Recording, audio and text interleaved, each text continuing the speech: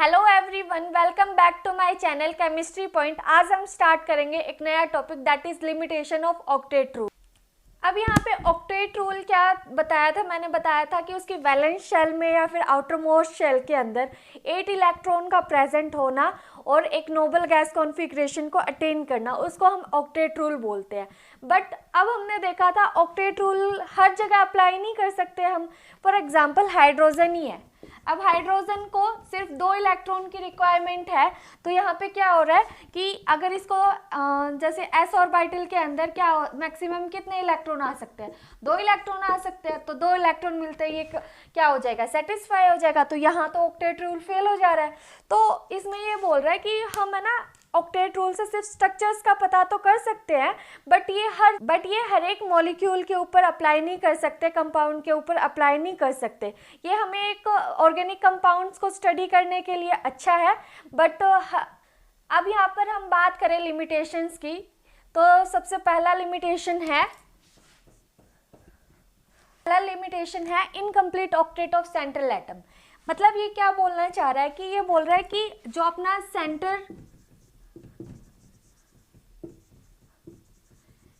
Central atom है उसका octet क्या होगा? इनकम्प्लीट होगा।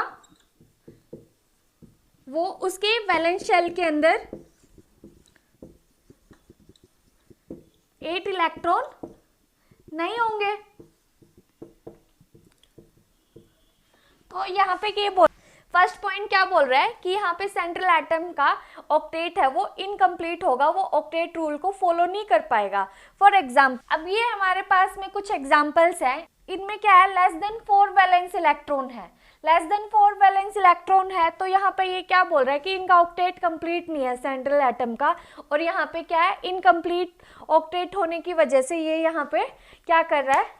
इसका फेलियर है, ऑक्टेट रूल का फेलियर है। आई होप ये आप लोगों को क्लियर हो गया होगा कि जो सेंट्रल एटम है यहाँ पे इनका सबका ऑक्टेट इनकम्प्लीट है, जिसकी वजह से ये फेलियर ऑफ ऑक्टेट रूल। अब हमारा सेकंड पॉइंट है odd electron molecule. Odd electron molecule में एक तो आता है अपना नाइट्रोजन ऑक्साइड, एक आता है नाइट्रोजन डाइऑक्साइड।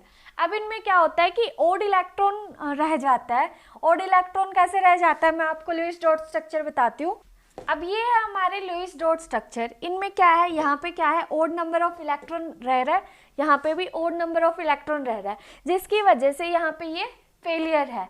तो ओड नंबर ऑफ इलेक्ट्रॉन जब भी मिलेगा तो ये क्या है? लिमिटेशन है अपनी ऑक्टेट रूल की। अब जब भी हमें ओड नंबर ऑफ इलेक्ट्रॉन मिलेंगे तो वो क्या है? लिमिटेशन है अपनी ऑक्टेट रूल की। आई होप ये आप लोगों को क्लियर हो गया होगा। अगर अब यहाँ पर हमारे पास में थर्ड पॉइंट है एक्सपेंडेड ऑक्टेट। एक्सपेंडेड ऑक्टेट में क्या होता है? अब यहाँ पे सेकंड पीरियड के बाद में क्या हो जाता है? एक तो 3s 3p और 3d, ये 3 ऑर्बिटल क्या हो जाती है? बढ़ जाती है। तो यहाँ पे शेल्स क्या होते हैं? 3s 3p 3d के इंक्रीज हो जाते हैं, जिसकी वजह से वहाँ पे ऑक्टेट है वो एक्सपेंड कर जाता है। तो अगर हम देखें यहाँ पे जो सेंट्रल एटम है इनका ऑक्टेट है 8 से ज़्यादा इलेक्ट्रॉन है। 8 से ज़्यादा इलेक्ट्रॉन होने की वजह से तो यहाँ पे क्या हो रहा है? जो ऑक्टेट है वो एक्सपेंड कर गया। एक्सपेंड करने के बाद में क्या होता है कि वहाँ पे सेंट्रल एटम के पास में 8 से ज़्यादा इलेक्ट्रॉन मिलेंगे। 8 से ज़्यादा इलेक्ट्रॉन किस वजह से मिल रही है अपने को? यहाँ पे 3s 3p 3d, ये जो शेल्स है ये इंक्रीज कर गए और यहाँ पे जो ऑक्टेट है वो एक्सपेंड कर गया। तो ये रूल जो है ऑक्टेट रूल वो है सेकंड पीरियड तक ठीक है, क्योंकि वो वहीं तक ही फॉलो हो रहा है, उसके बाद वो फॉलो नहीं हो रहा। तो ये लिमिटेशन है एक्सपेंडेड ऑक्टेट। मतलब जैसे ही हम जैसे थर्ड पीरियड के अंदर आएंगे तो वहाँ पे क्या हो जाएगी? ऑक्टेट क्या कर जाएगी? एक्सपेंड कर जाएगी और यहाँ पे ये फेलियर हो जाएगा ऑक्टेट रूल का। आई होप ये आप लोगों को क्लियर हो गया होगा। अब हम बात करेंगे नेक्स्ट लिमिटेशन की। नेक्स्ट लिमिटेशन से पहले ये कुछ एग्जाम्पल है, जैसे PF5 है। अगर यहाँ पे हम देखें फॉस्फोरस के वैलेंस शेल कितने हैं? 5 है और यहाँ से 5 ही फ्लोरीन है, तो 10 हो गए ना। तो ऑक्टेट रूल कहाँ फॉलो हो रहा है? ऐसे ही इस सल्फर के अंदर जो वैलेंस शेल इलेक्ट्रॉन है वो कितने हैं? 6 है। तो 6 और यहाँ पे 6 ही अपने पास में फ्लोरीन है, तो वैलेंस शेल के अंदर 12 इलेक्ट्रॉन हो गए। ऐसे ही H2SO4 में हो गया। तो आई होप आप लोगों को क्लियर हो गया होगा कि एग्जाम्पल्स कैसे है। अब वो तो एग्जाम्पल हमने देखे थे कि एक्सपेंड कर रखे हैं, बट सल्फर जो अपने पास में सल्फर है, कुछ एग्जाम्पल्स ऐसे भी है जिसमें ऑक्टेट रूल फॉलो भी करता है। जैसे क्या हो जाएगा यहाँ पे,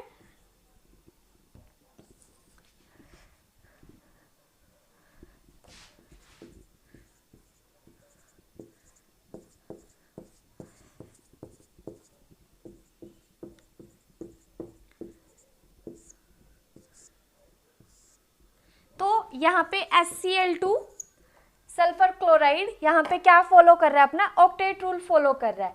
एक नेक्स्ट, तो इसको हम लुईस डॉट स्ट्रक्चर में कैसे दिखाएंगे, सल्फर के कुछ केसेस हमें ऐसे भी मिल जाएंगे जिसमें ऑक्टेट रूल फॉलो नहीं हो रहा, और सल्फर का ये केस भी है जिसमें क्या है, ऑक्टेट रूल फॉलो हो रहा है। तो अब हमारा नेक्स्ट पॉइंट है लिमिटेशंस के अंदर, कि हमने देखा था कि जो नोबल गैस है, नोबल गैस किस लिए जानी जाती है, कि वो किसी के साथ में रिएक्ट नहीं करती, बहुत लेस क्या होती है, नॉन रिएक्टिव होती है। तो यहाँ पे अगर हम देखें कि ऑक्टेट रूल हम किस पे बोलते हैं, कि बेस्ड है इनर्टनेस ऑफ नोबल गैसेस, मतलब क्या करता है ऑक्टेट रूल, क्या चाहता है कि उसको नोबल गैस कॉन्फ़िगरेशन अटेन कर ले। बट यहाँ पे अगर हम कुछ नोबल गैसेस की बात करें, जैसे कि जीनोन और क्रिप्टोन है, ये ऑक्सीजन और फ्लोरीन के साथ में कंबाइन होके क्या नंबर ऑफ कंपाउंड्स बनाते हैं। यहाँ पर अगर हम देखें कि है ना, यहाँ पे इनर्टनेस, जो इनर्टनेस ऑफ नोबल गैसेस तो नहीं मिल रही हमें, तो है ऑक्टेट रूल की। तो ये क्या है, एक ड्रॉबैक है ऑक्टेट थ्योरी का। अब हमारा नेक्स्ट पॉइंट है, ऑक्टेट थ्योरी शेप नहीं बताती। तो ऑक्टेट थ्योरी की लिमिटेशन बोल सकते हैं हम, कि यहाँ पे इसने क्या नहीं बताया कि मॉलिक्यूल की क्या शेप होगी, जस्ट उसने क्या बता दिया, बस ऑक्टेट कंप्लीट होना चाहिए। तो इसने शेप के बारे में कुछ भी नहीं बताया। अगर हम लास्ट पॉइंट देखें, इसने क्या बोला है कि जैसे है ना, ऑक्टेट थ्योरी ने रिलेटिव स्टेबिलिटी के बारे में भी कुछ नहीं बताया, और ये जैसे एनर्जी के बारे में भी बिल्कुल टोटली साइलेंट था। इस थ्योरी ने स्टेबिलिटी के ऊपर और एनर्जी के ऊपर कुछ भी नहीं बताया। तो ये क्या थी, ड्रॉबैक थी ऑक्टेट थ्योरी की। आई होप आप लोगों को ये टॉपिक समझ में आ गया होगा। तो हमने आज क्या किया, लिमिटेशंस ऑफ ऑक्टेट। फर्स्ट क्या था, इनकम्प्लीट ऑक्टेट, सेकंड क्या था, odd number of electron, third क्या था, एक्सपेंडेड ऑक्टेट, और यहाँ पे फोर्थ हमने क्या बात की कि सल्फर के कुछ कंपाउंड्स यहाँ पे ऑक्टेट रूल को फॉलो कर रहे हैं, कुछ कंपाउंड्स फॉलो नहीं कर रहे। फिर हमने क्या किया, ड्रॉबैक्स ऑफ ऑक्टेट थ्योरी। तो आई होप ये आप लोगों को क्लियर हो गया होगा। आज के लिए बस इतना ही। अगर आपको मेरी वीडियो पसंद आई है तो प्लीज़ आप लाइक और सब्सक्राइब कीजिएगा। Thank you.